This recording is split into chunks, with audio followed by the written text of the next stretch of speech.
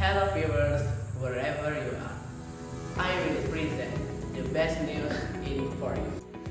This news comes from BMKG.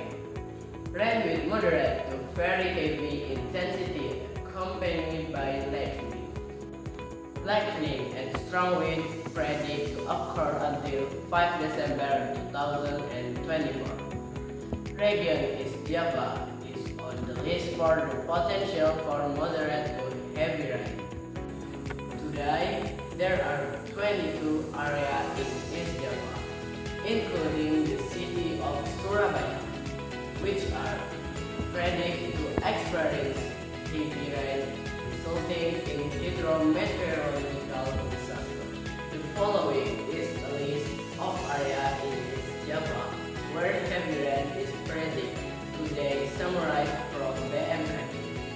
Bojonegoro, Mojokerto, Malang, Lamongan, Ngawi, Sampang, Lumajang, Pamekasan, Bangkalan, Jember, Magetan, Ponorogo, Pasuruan, Nganjuk, Ngawi, and Surabaya.